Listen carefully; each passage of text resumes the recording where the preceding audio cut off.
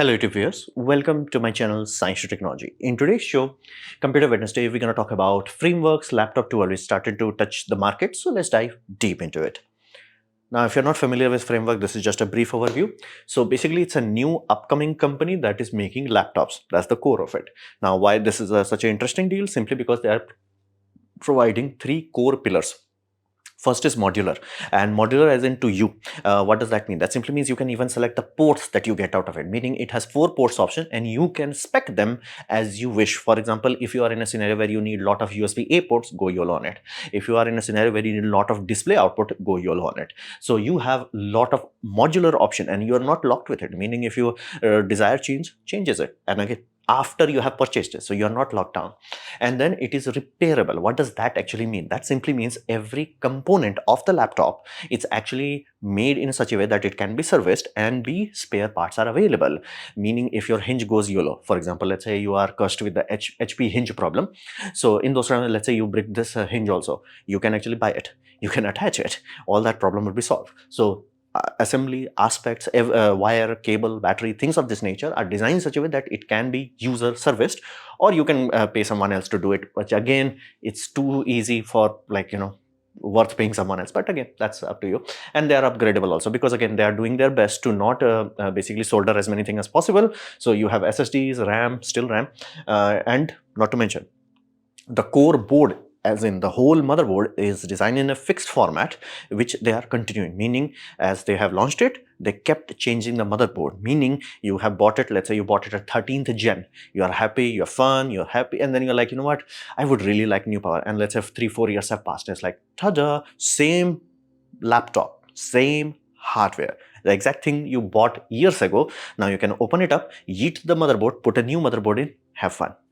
So that's what they did. And here's the deal. Every Tom, Dick and Harry can make promises, and be mindful. Dell Alienware had made promises. At some point, MSI made a promises of swappable GPUs and all that jazz, but none of them came to pass. So this company is the only company which I can say made a promise in 2021. That's the first model launch, Framework 13, version 1. And they actually kept their promise, meaning if you had bought that laptop, right now you have 5 options in them. And again, they were released sequentially, meaning you could have easily upgraded 5 times. Again, it would be overkill, but meaning if you bought it, you were happy with it, fine with it, you can keep enjoying it, and then you're like 3-4 years down the line, wham, change it and get a fresh new system on exact same hardware. And again, they also upgraded the display. When the first market display was right, it was good, but it was not like, whoa. And then like, people are like, sir, can you please push it to whoa? So now they're like, whoa. I'm still waiting for touchscreen, but either I'm not sure the motherboard has the support for it, or they're not finding a vendor that makes a touchscreen system of that size. That's the problem. So it's a very awesome company, a small scale company that started, that not only made a promise, that actually kept the promise. And on top of that, to make sure that they do not create more e-waste, the motherboard that you take it out, it's designed in such a way that it will work without battery. Now let that be very clear. Long ago, laptops used to do that. Modern laptops, if you remove the battery, will simply not boot up. They're designed in such a way, and heck, half of them, if you open the lid, will have intrusion detection and they'll just not work. So they have designed in such a way that you can make it directly run on USB-C power. Now, of course, let that be very clear. If it's running on raw USB-C power, you do need a very high power brick. If you have a low power one, it will still work. Okay, they put some effort into it. It will still work, but it will underclock itself, because it will detect in USB-C power delivery. There is a handshake protocol. That protocol will tell the motherboard, it's like, bro, don't draw that much power. So it will limit the CPU. Now, would that make a difference? Most of the time, no. But again, if you're like, I want the absolute performance, go YOLO on it. Put some beefy power adapters into it. And again, that's another reason why all other laptops don't support battery removal. If you remove the battery acts as a capacitor. When they need just extra oomph, it just like drains it. So Framework actually put it, and to make sure that, okay, of course, you're not going to have a motherboard like this. You need a case for that. They worked with Cooler Master to make the goddamn case. And again, they made 3D printing files available also. So they are actually putting effort into what every other company is like, this is e-waste now, pollute the planet. They're like, no. This is a computer. You can use it as a computer. Heck, you can easily put it behind a TV and just like, tada. So really good ethos of a company. And again, they made a promise, they kept the promise. So what's the logic of this upgrade framework 12? Well, the logic is because they are a small scale company, while they do have investor, they do not have some deep pocket investor, meaning they don't have Jeff Bezos. So penalty of that is they can't compete on price, meaning they can't go to a vendor, basically vendor who's making the metal shell, the vendor who's customizing the display. They can't be like Apple is like, hey, mint me like a few million copies. They can't do that. So that creates an issue where no matter what they do, they can give you the same hardware, they just can't give you at the same price. For example, right now I'm building a device and let's just say it has fans, and to make 100 units of those we have to order 400 fans. You're not going to get a good price on that. But here's the deal, imagine if I wanted to make 1,000 piece. Now I have around 4,000 fan orders. The moment I talk to someone, it's like, hey, I need 4,000 fan, it's like all the price goes down. It's like, sir, there's like, instead of like, yeah, bro, don't waste my time, it's like, sir, where do you want the fan delivery? I'm like, sir, home delivery, sir, I'm doing it, sir. So you do have certain economy of scale benefit that disappears if you are not big enough. I know. So they have that problem fundamentally. That's like, they're big but not that big. And a lot of people showed interest, and again, people who have actual experience. I'm not talking about techie people, I'm not talking about people who are using compute for computation. I'm talking about people who are using computer for daily tasks, meaning web browsing, HR department, and just like recipes, note taking, studying, things of this nature. Not some like heavy, oh, I'm baking the kernel or like rendering a game engine on that. None of that. It's just like simple stuff. They are very interested in this equipment. They can't buy it because it's too goddamn expensive. For example, this puppy can easily cross $2,000. That's like, ooh. And again, at that point in time, at that price, you can get much better hardware on any other brand. Again, economy of scale is not helping them. So that created a void. Basically, people who could afford it, they went yellow on it. And again, that's why we are here. Because again, company actually sold enough of it where it's like, okay, now new models are being released and updates are being made. So lot of interest is there, but price is too high. Meaning if they can drop that price, people were gonna fly for it. That's the good part. How would you drop the price without making it cheap and Chinesium? Well, not everybody needs high performance. So that unlocking of that door is like, I don't need to give, like there are a lot of people who just use laptop as a laptop. They do not even know how many gigs of RAM it has, how many basically cores it has. It's not this, it's a laptop, the end. So a lot of people are interested in that. And then he found a market. The market is this puppy, basically schooling system. After pandemic, schooling system started to consume Chromebooks like there is no tomorrow. And Chromebooks are basically use and throw. Not even joking, even in India, even in abroad, Chromebooks are like being consumed almost religiously. It's like, like you have tons, not even exaggerating, tons of Chromebook being rejected. So there is a space. A lot of people are interested. And again, Chromebooks, the one that are used in schools, they are not generally the latest and greatest. So there is a lot of demand. If you can make a hardware that is not very expensive, people will buy it. So how can they make the cost effective?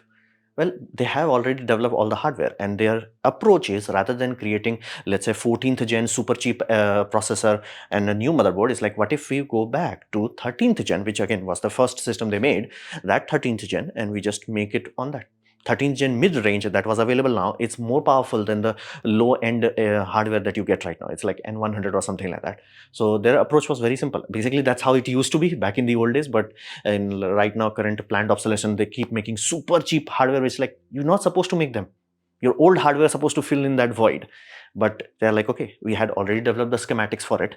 Just use it, save time, and devote time and resources in other places. So that's the logic of it. It's not a high-end, high-performance equipment. It's more of like, hey, what did people ask of us? And they are trying to fulfill. And the direct missile they are firing is on Chromebooks, directly for school. So what are the improvements? Again, I already talked about downgrades and what they are doing. Instead of like, giving you latest and greatest, they are reducing it because again, economy of scale is not on their side. But they had made sure there are a lot of improvement in the physical hardware. Again, Mark 1 is always garbage, Mark 2 will be always better. Does not matter which company. You look at SpaceX, basically Falcon 9 version 1, you're like, what the hell is this? Compare that to Falcon 9 version 5, you're like, damn. So remember that, always remember that. Mark 1 is always garbage. So reduction of ribbon cable was the core focus they did, because again, you can you remove the keyboard, but you had to do it in such a gentle way. You can't just yoink it. If you yoink it, the ribbon cable, which they made very long ribbon cable to make sure that it does not get yoinked out, people did break it. It's like, yep, we are removing that.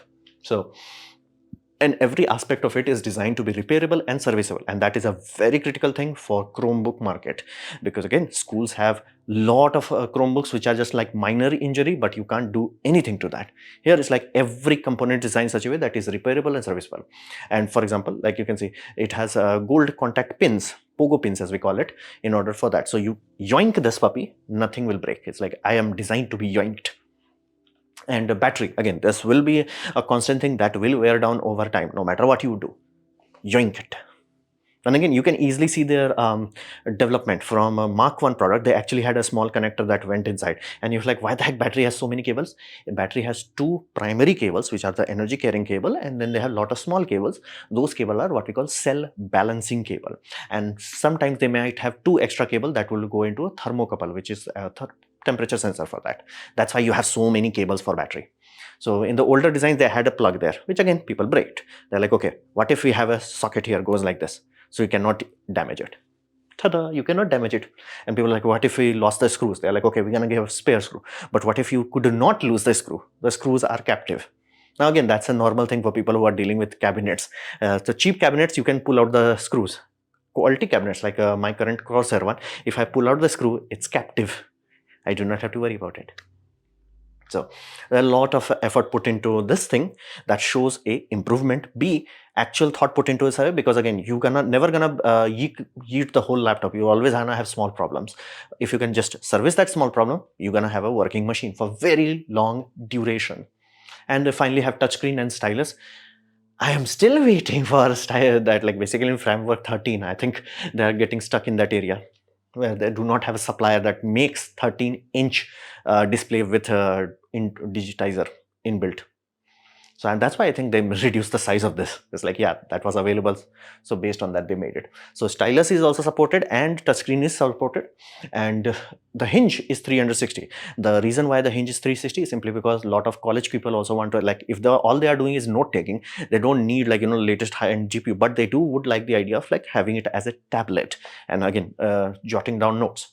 Ta-da, this can do that. And the one bold move they did, which is expensive, but they went YOLO on it, is like rich and vibrant color scheme. So if you have Apple, Apple is silver the end. You don't own Apple, Apple owns you. But they are like, okay, what if you can customize it? What if you have colors? People have forgotten that colors used to exist back in the old days.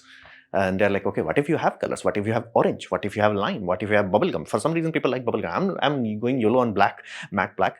And so they made a lot of color combination. And be mindful, color is your choice.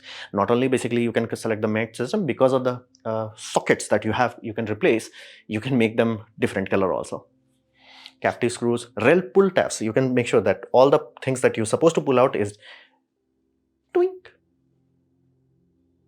Ta-da. So pull tabs are designed in such a way that you do not have to worry about it. Any Tom, Dick and Harry can work on. Basically, this is very refined version of laptop 13. And most likely why it's 12, most likely is because they found a supplier that was making the display they were looking for.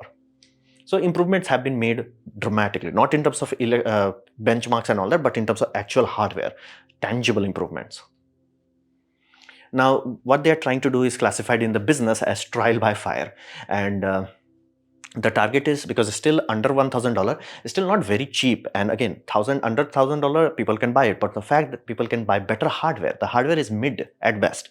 And for $1,000, that would be like, a kind of a tough pill to swallow. But basically, it's actually lower than $1,000. But you're seeing that it's that ecosystem where it's like, if you put a little bit more money, you can buy something else, that kind of issue.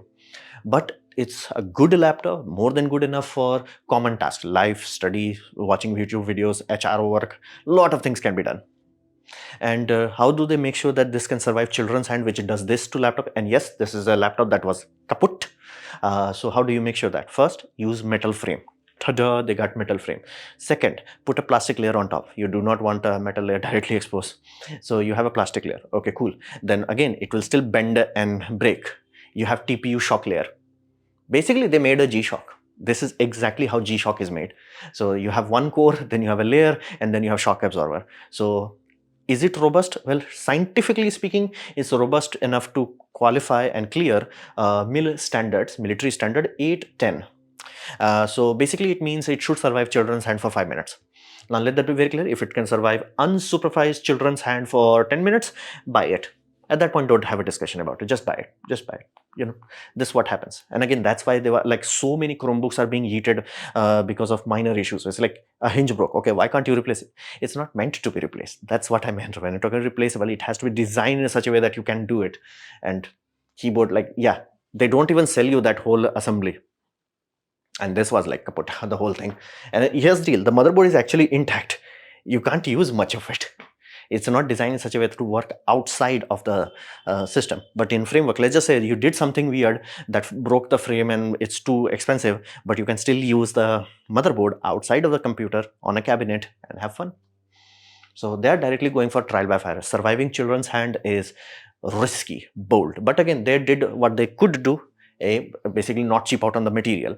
B, have actual support structure put into it. So you have metal support, you have plastic layers to act as a buffer, and then shock absorber also. So they did their best. Let's see in a few months whether it can survive children's hand or not. Again, 5 minutes. So what can we expect from the market? Now, this is where people have to decide whether they have 10 planets or 1 planet. So assuming you are not Jeff Bezos or Elon Musk, you live in Earth. And if you keep into the habit of buying cheap goods and you have to keep buying more of them, that will create more e-waste, meaning you will die of starvation. Why? Well, government will have to deal with the e-waste. What will they do? They will increase your taxation and they will cause inflation. So you're going to starve to death. So good luck. Have fun. Cheap goods are not cheap. So it's people's decision. Whether they are wise enough or not, that's up to them. So you have to understand, reducing e-waste is wise. That's why I'm so excited about the fact that they actually figured out what to do with that motherboard. And again, there's so many second use that we could do. We just don't do it because it's not possible to do. So the second life, second use, and again, you can just donate it. So many people can just utilize old laptop hardware. It's just that it was designed in such a way that it's like kaput. The moment you open it up, kaput. The moment you remove the battery, kaput. So that's it. And hardware that is cheap does not mean much if it's a very short-lived equipment. Does not mean much, because again, if you buy a framework, it becomes a sort of investment where you just keep using it. Like, so can you use a computer for long term? Before I got my current computer, the last computer I was utilizing, it's so old, it was before AMD actually became good. It was AMD FX4 bulldozer. Yeah, I'm that old. And I literally had GTX 1070. I used that puppy for 10 years. And now I have, like, other system. Now again, could I have done that with a laptop with heavy loads? No. Again, most laptops get kaput simply because you can't clean them easily. This one, their design is such a way that you can pull it out, clean it, put it there, have fun. So fundamentally, a cheap hardware does not mean it's actually good. It's many times, especially if it has very short lifespan. And again, lifespan piles up over time. Now, many people say, oh, I never had an issue, my laptop never breaks. HDR. That can easily be true if you are looking at small sample size, meaning I bought a laptop, it worked for 8 years. Does that mean all the laptops work for 8 years? Hell no. Again, sample size is too small. The moment you scale up the large sample size, things become clear. So where is the large sample size? 2 places, schools and offices, basically where companies are providing that. And they have a pile, tons of laptop where that's like, yep, broken laptops. Not 1, not 2, tons of it. I'm not even exaggerating about that part. So fundamentally, they have endless supply. So people realize that reality, actual reality is that laptops are generally kaput simply because something minor happened. Like, for example, this system. And a student wrote it in Reddit. It's like, yeah, I was angry, I punched the screen. Now, here's the deal. You cannot do anything in this. I think this is Asus or Dell, something like that, but you can't do anything here. Here's the in framework. If you do not have money, you can take out the core and use it as a basically headless laptop or a desktop with a battery backup. That's up to you. And if you are like in a scenario where it's like you have some amount of money, you can service it reasonably. It will be cheap enough where you can just buy the new back panel. Basically, the whole upper assembly you can buy. So that's doable. You can't do any of those things with this sort of system. So fundamentally, that's why there is a lot of attention. And be mindful. They started to bring a new laptop, and the laptops were like, okay, let's say some people will buy it, but they are getting a lot of complaints. And they're like, why we are getting so concentrated complaints? Like, yeah, a lot of mid-scale business started to buy it. It's like, why? Well, what is better than having Dell 24/7 support? Able to support it yourself. For example, if you have to sell 50 laptops to your executives and people who are running your system, if you have a Dell business laptop, cool. Not only you have to pay bonkersly large amount of money, so for those people, framework is cheap, and you also have to pay a lot of money for service, and then you have to call them whenever something bad happens. Or here, you can just buy the thing and buy few extra. For example, for 50 laptops, you can buy 5 extra laptops. Once you have that, anything happens, you can just swap the parts. Ta-da! So a lot of people were, and again, the framework actually had such a good commitment. They're like, okay, let's work with it. What do you want? Like, what sort of IT principle you want in order to, in BIOS and firmware and network settings that makes your job easier. They are actually improving on that. That's why there's a lot of attention in the market was like, oh, you're telling me that I can have a laptop that I can service, maintain. So my company has a IT people and they're like, we got you, fam. Rather than making a call, hey, Dell, can you come quickly? Which, mind you, Dell, can you come quickly? It is very expensive. So there are a lot of attention. And again, the original Dell Lenovo that used to be super awesome, super robust, they are no longer exist. They're like, even the pro grade business laptops are like, planned obsolescence hardware now. So fundamentally, there's a lot of desire here. And there's a proven track record. Not only they claimed something, they delivered it. Can you imagine a laptop hardware chassis that can go through 5 updates? 5 updates. Like you can buy, oh, this laptop was Intel laptop. Oh, what do you have right now? Oh, I have AMD. Like that's not a conversation that you even think of because it's not possible. But they are like, yeah, we made it possible. Take it and go. So that's the whole point. Not only they make the promise, they keep the promise. Heck, scaling upgrades. The original display which they had was okay. People are like, hey, can you make it like 2K, some unique resolution that makes scaling in Linux very easy. They're like, yeah, we got you. Got you, fam. So a lot of actual promises made and actual promises kept. Even the module, or one of the module was missing that people wanted was full-size SD card, UHS 2. They made it. They have full documentation of how they made it and all that. So not only they are making a promise, they are keeping the promise. And it's a good thing because again, you have one planet, you want to, dip the whole planet into e-waste and to make sure that investor can have it's 50 art. That's your call. But, or you can support this, where it's like over time, this will become cheaper. And again, if you are a school, businesses, or things of this nature, the fact that you can have repair and service on site by yourself, shut up, take money. Because again, what's the most expensive asset? Time. So it's up to the market. And again, let me be very clear, I'm not judging them right now. If they can survive children's hand unsupervised for 5 minutes, after that, there is no point of having discussion. They made a G-Shock. Let's just see whether it actually handles the shock of children or not. Because I'm not sure about that hinge. Children might just go kaput, the hinge. So let's see. So this was my presentation on Framework 12. Hopefully you have liked it, learned from it. In that case, please click the like button, share it amongst your friends. That will help me a lot. If you didn't like it, didn't enjoy it, I urge you to press dislike, press it twice to show me excess disappointment. Please leave a comment because I do try to reply to all of them. Subscribe, press the bell icon if you're free, and as always, thanks for watching.